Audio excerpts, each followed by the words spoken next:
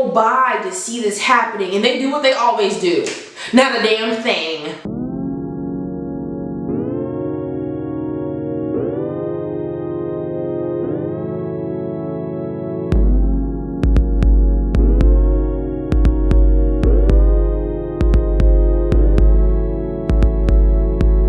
Hey nerds, welcome back to my channel. We are continuing the review of the show Lovecraft Country. Today we're going to be focusing on episode 3, Holy Ghost. But before we get into that, I just want to thank you so much for being here. I really appreciate it.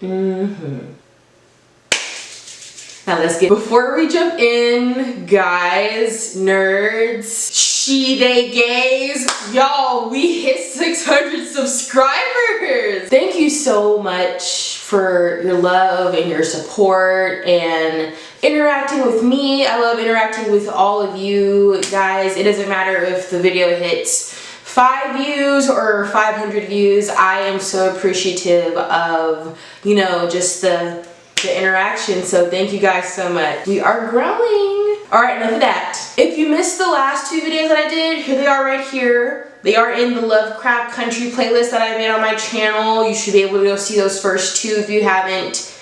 Here they go. All right, so this episode opens with Letty at church. Yes. While another great poem plays over this scene. Honey, what happened at Artem scared Letty so bad, took her back to the church house. But she's not at church for any old reason. We are at church, seemingly looks like for George's funeral. I did not see his casket up there, but I assume the 2 are connected. So yes, Letty's in church. And then after we see the montage of her in church, we see this title card. And the title card says, in the summer of 1955, a group of Negro men and women moved into a house on the north side of Chicago. And 10 days after they moved in, they went missing, never left the house, and they were never seen again. And then at the very bottom, it says, pioneering is dangerous, ellipses. Suspicion, suspense. So throughout this episode, we're going to see a lot of title cards that say day 1, 2, etc. because we're counting the days that we are going to be in this house. So it's day 1 and we see Letty dragging her sister Ruby through this neighborhood. She surprised Ruby with a house that she bought. Ruby's like, girl, quit playing, you cannot afford this house. Where'd you get the money? Letty is so excited, she's not even worried about Ruby's little digs and jabs. She's like, girl, you're missing the point. We can turn this house into a boarding house, a safe haven for Black people. And this house is also for you and me. Really, Letty is trying to make amends with Ruby for all the times that she has helped her out financially, and buying this house is how she plans to make amends. And y'all, this house is huge, 13 bedrooms, I forgot how many bathrooms, and it has an elevator, honey. An elevator. And this elevator nearly took Letty's head off when she was looking down the shaft. Cut to the next scene and we see Hippolyta takes on, y'all remember her? Yeah, we see her in her bedroom. Mind y'all, this is after George's death, okay? And Hippolyta, she not doing too good. She finds a copy of George's favorite book, which is Dracula by Bram Stoker. And she starts ripping the pages out, one by one, just ripping them out. And as a reader, I was like, this is body horror. That scene will always make my toes itch because you're damaging a book willingly, a paperback at that. They already flimsy enough as is. But we can see clearly that Hippolyta is not dealing with the death of her husband very well. And she's also a little agitated because Tick has been in her house ever since she found out about him dying, and he ain't left yet. And Tick is there to help Hippolyta and Dee through this hard time, but Hippolyta's like, okay, you helping too much. You even doing the dishes wrong. George had the dishes a certain way and you over here messing up. Like, sir.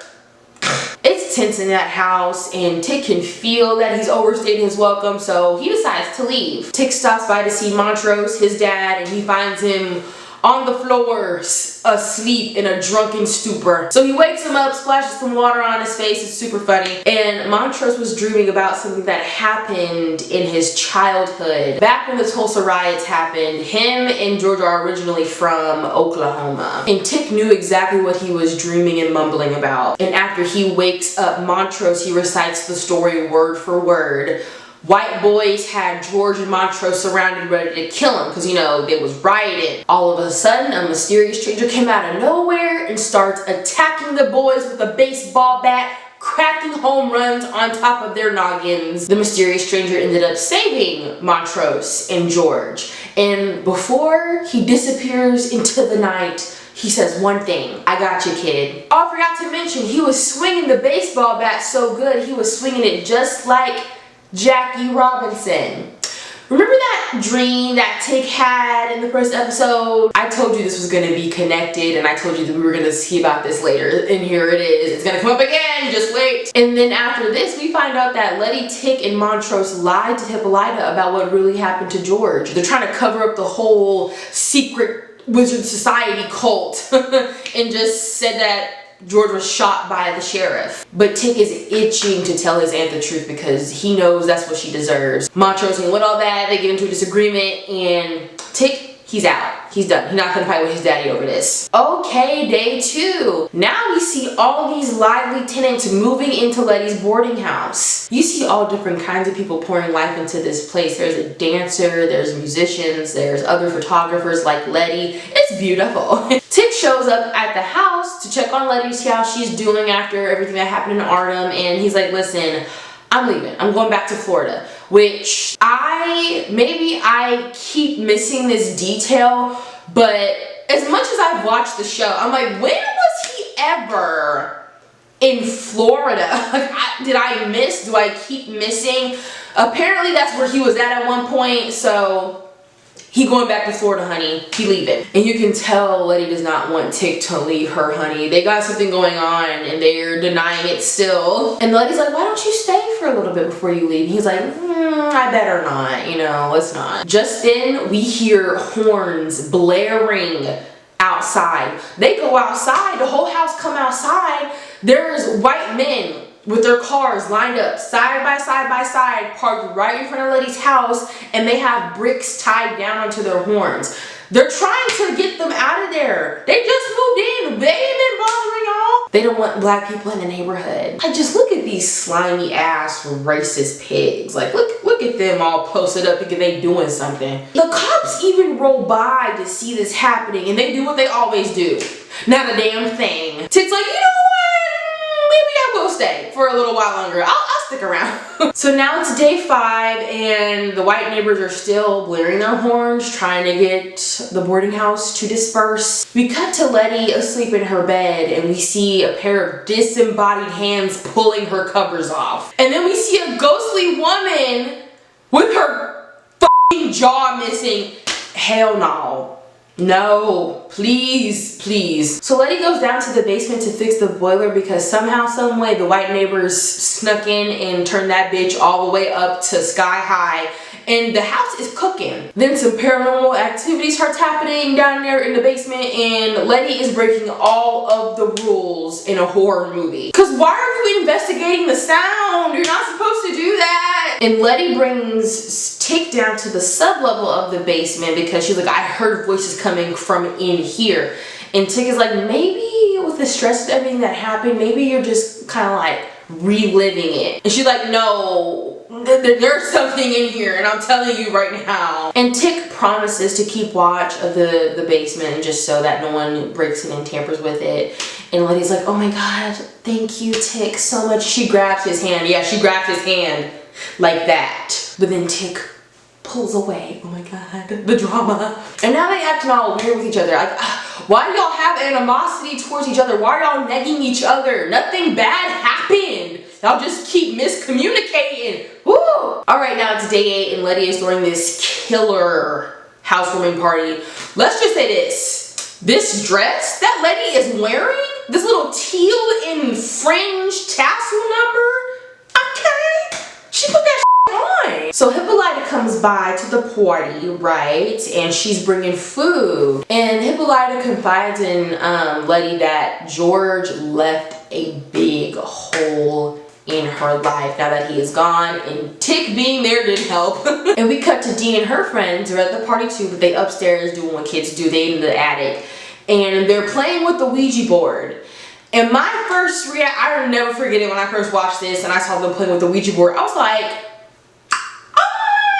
because what are y'all doing? Y'all know y'all not supposed to be messing with this. Hello? And the spirit spells out on the board, George is dead, and that upsets Dee because she thinks her friends spelled that out and they didn't. So Hippolyta goes to find Dee, you know, gather her up, but instead she comes across this sickening ass golden orrery. If you don't know what an orrery is, it's basically like a science fair project display of the universe or the solar system. That's what an orrery is. So Tick walks up in a party, you know, everybody is swinging and dirty dancing, and he goes up to this guy that he knows. His name is Tree. This guy is like the meathead, arrogant type, always trying to start stuff, you know the type. And he tells Tick to get under his skin that him and Letty used to bump pocketbooks back when they was in high school. He lying at the side of his neck. You know, people be bragging about it, they really lying. So, but Tick doesn't know that. That just makes him even angrier. And while all this is going on and they're talking, Letty is grinding, hips swaying, dancing, swinging with this random dude on the dance floor.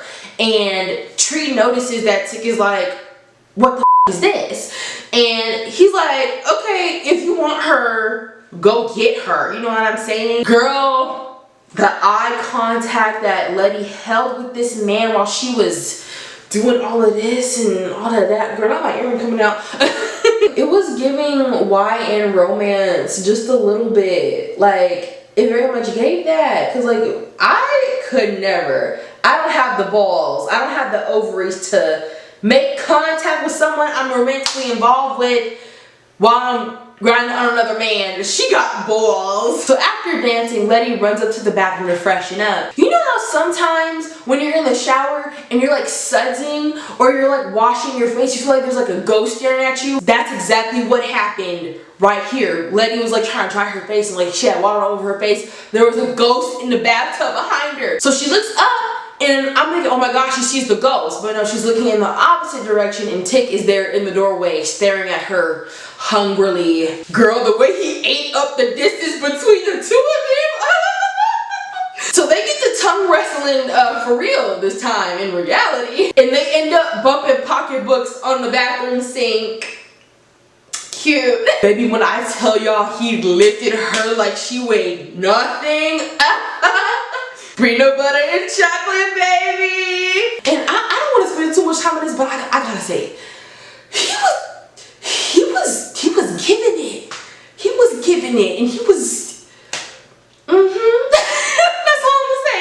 So after they're done, Tick puts his hand down there, and he sees that his fingers came back bloody. And Letty's like, oh my god, my bad. I didn't know I was on my period. Like, I'm so sorry. And Tick, being a mature man and honestly doing the bare minimum, he's like, hey, no worries, it happens, like whatever. That's how it's supposed to be. So y'all remember in the last episode when fake Tick was gonna put that trouser snake on her back in Artem, and Letty was like, wait, hold on. Think about that for a second. Just think about it for a second, okay? We'll come back to that. So these two horn dogs go back downstairs to rejoin the party, and we hear Ruby talking to some party guests about how she's about to apply for this job at Marshall Fields. It's like a really bougie upscale retail store, department store. That's what it is, a department store. We're in the 50s.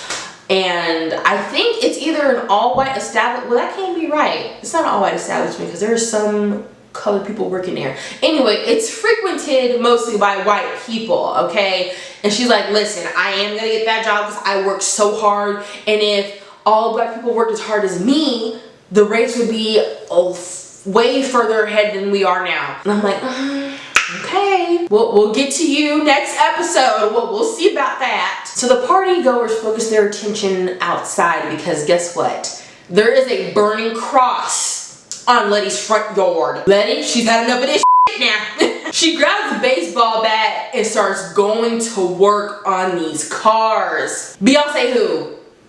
Beyonce who? That had to be inspired by Beyonce, but like still, Beyonce who? Tick and some other guys are on the lawn and backing her. They got these huge ass shotguns like, girl, do your thing, we got you. Ruby? She runs so fast, she gets the hell out of Dodge before the cops even have a chance to show up. Because she does not want to be around when the white cops come to get the black people, okay? And just as you expect, the cops, they roll up, they arrest Letty. So Letty's being taken to the police station and she's in the back of the van with this one cop, right? And he talking shit, you know, being racist, just being evil, you know what I'm saying? And he's like, you know, your neighbors have been complaining about you a lot. And Letty's like, oh really? Well, did you get my 21 filed complaints that I sent in?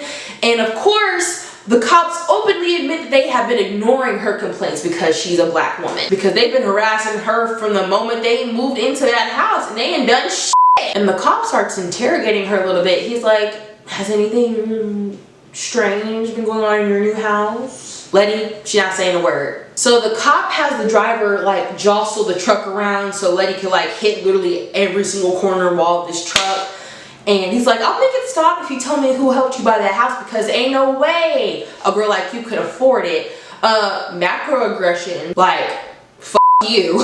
And then he tells her about the 8 black people that went missing in that house and how they found their remains in the house. And the cop's like, history does repeat itself, so you won't last long in that house either. It's day 9 now, and Letty has started doing research of the victims that died in the house. And she notices a pattern of pictures that she took. Now she didn't take them, like she got them from somewhere. And there's like markings on them. So she lines them up and it creates an image of a face, and that face comes out of the ground because it's a literal freaking demon. It was like, get out of my house. It was so powerful, it blew her back onto the steps. And she ran like hell, and girl, I would have too, because what the hell was that? Like, you got it, I'm gone. So Ruby is freaking out because all of the tenants have moved out because of the racial violence that has happened and has kept happening. So she's like, how are we gonna pay this contract out? Like, we don't got no tenants. We can't afford this rent all by ourselves. And Letty lets it slip that she still has leftover money from her mother. Bomb dropped. Ruby is like, what you mean? Our mom was broke. What are you talking about? And Letty was like, apparently she wasn't. And then Ruby was like, and she left it all to you. You didn't even come to her funeral. Like, you know, what is this? And Letty's like, I'm just as shocked as you. And but I did this for us. Girl, Ruby told her about herself and she let her ass have it. She called Letty everything but a child of God. All these years that I've been helping you, sending you money, but you were just a fuck up, but really you're just fucked up.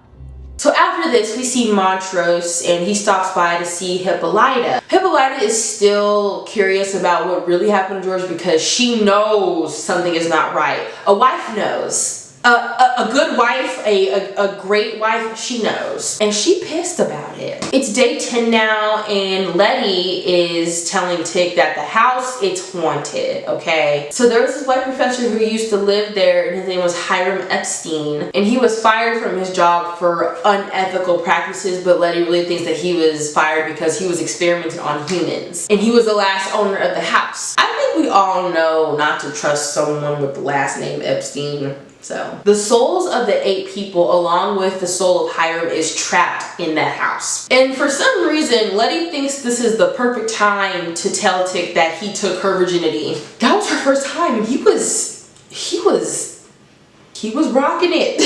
It's the way that Tick immediately apologized to her and like cuddled up next to her.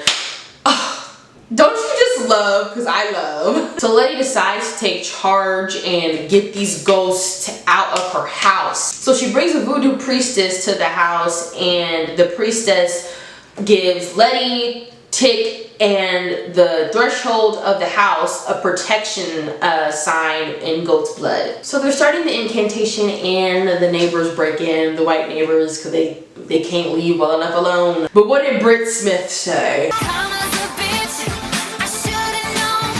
Yes, the ghost came through and tore their asses up. let them have it. The incantation is working, but the ghost busts the pipes and the water just starts coming out of the ceiling, thus erasing the protection marks from their skin. So now they're vulnerable and susceptible. I think the ghosts end up killing the voodoo priestess because they threw her around like a rag doll and then they possessed her. Letty calls out to the spirits to help her, and then Hiram's spirit possesses Tig.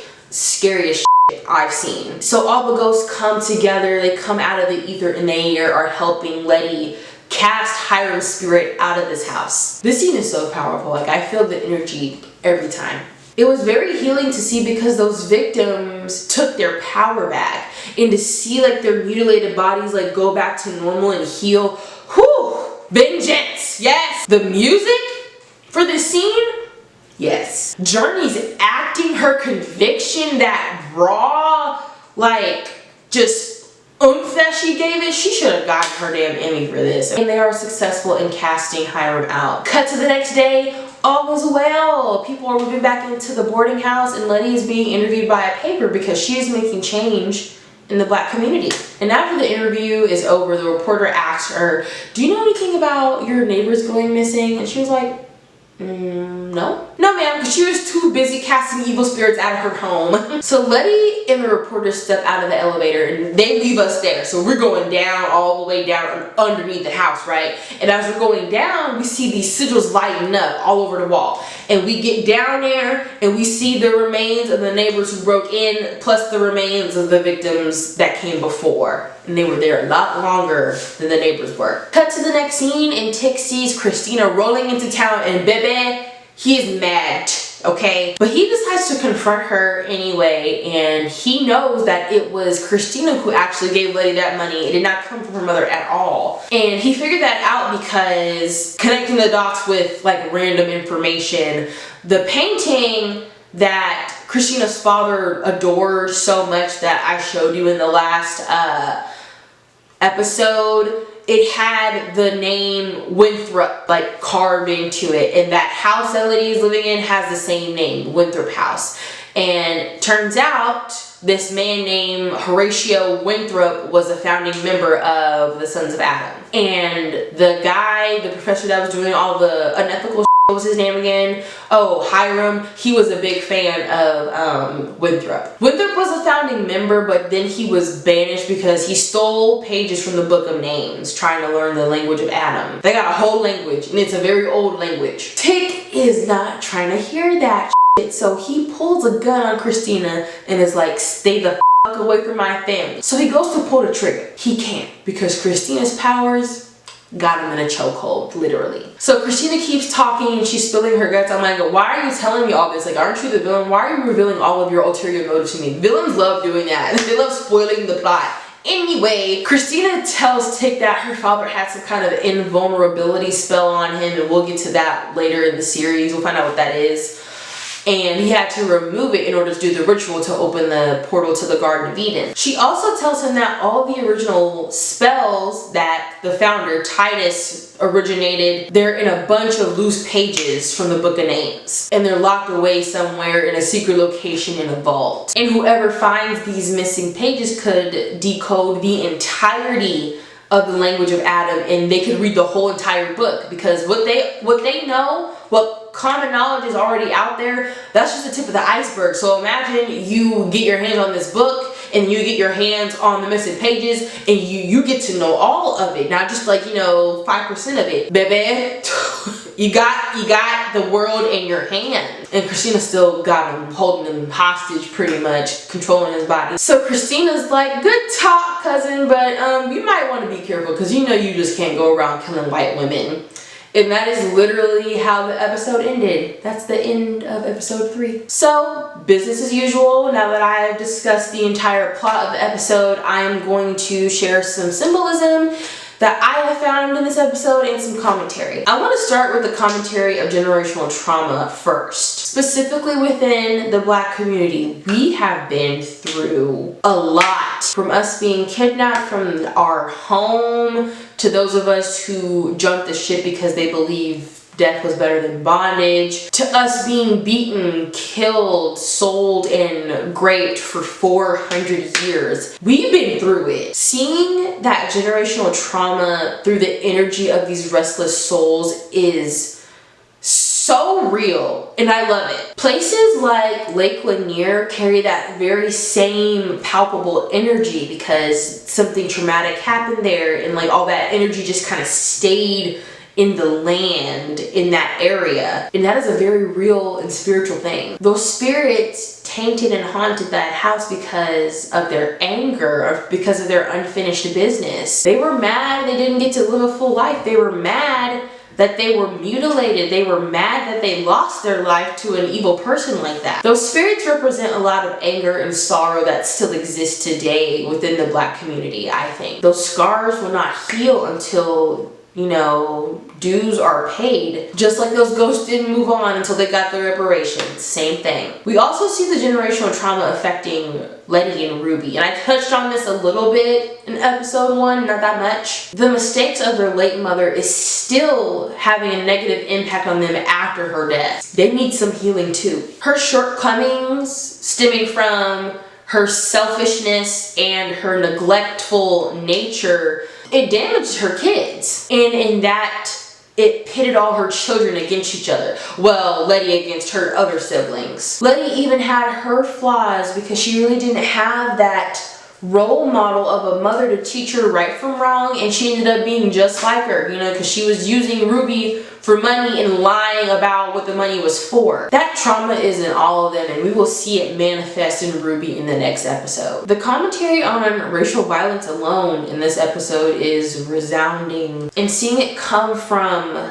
3 different groups in the white community shows us how bad it really was and how bad it still is. You saw it coming from ordinary neighbors. You saw it coming from professors of high esteem. And you saw it coming from people who are supposed to protect and serve you, but don't. There's also something to be said about spiritual and ancestral connection. If you're Black and you're spiritual, or you have a sense of, you know, some kind of knowledge of spirituality, you know that being connected to your ancestors is the most important tool that you could have. Being connected and in tune with your ancestors allows you to learn about who they were, and it unlocks something within you. Very powerful. Seeing Letty rally those spirits and cast out Hiram, that was all about being connected to your ancestors. I'm telling you,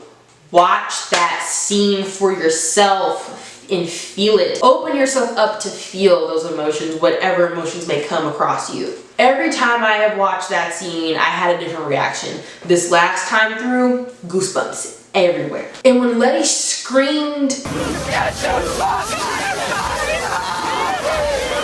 that had all the power of the generations of Black people wanting reparations. You can feel the energy flow through her. Now, I don't practice voodoo or voodoo because it is a closed practice, and that is a religion that you are either born into or it finds you, it comes to you. You don't, that's not something that you just join. That is a closed practice. And when I tell y'all, I felt the connection and the conviction running through my veins, and this is a TV show, right? And I feel like this show goes to the lengths to make sure everything is portrayed accurately, and I think they did that here. Correct me if I'm wrong. But it was just so exhilarating because I'm like, oh my God, I feel it. I feel it, and I feel it with you. It's such a heavy staple within some Black people, because not all Black people are spiritual, or not all Black people have access to voodoo and or hoodoo.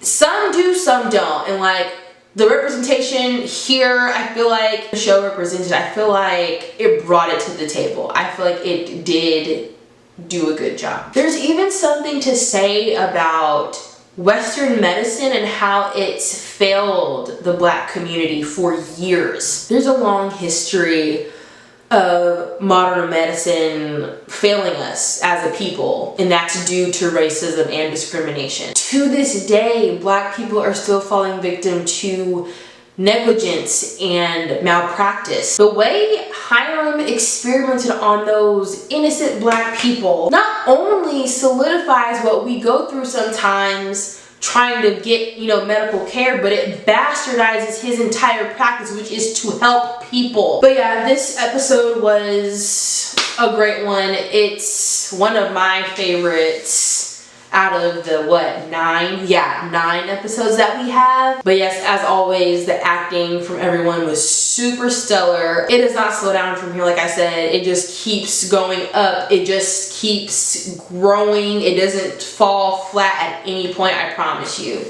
Hi, so cute story. When I was filming and getting ready to say my closer, my camera literally died right before that. So we're going to do a voiceover closer. Ready? 1, 2, 3. So that concludes our video for today. If you enjoyed this video, please leave a like. And if you made it to the end of this video, comment a house emoji. I'm whispering because it's midnight and I'm the only one awake. So thank you. And tune in next week for episode 4. I will see y'all on the next go round. Okay, bye.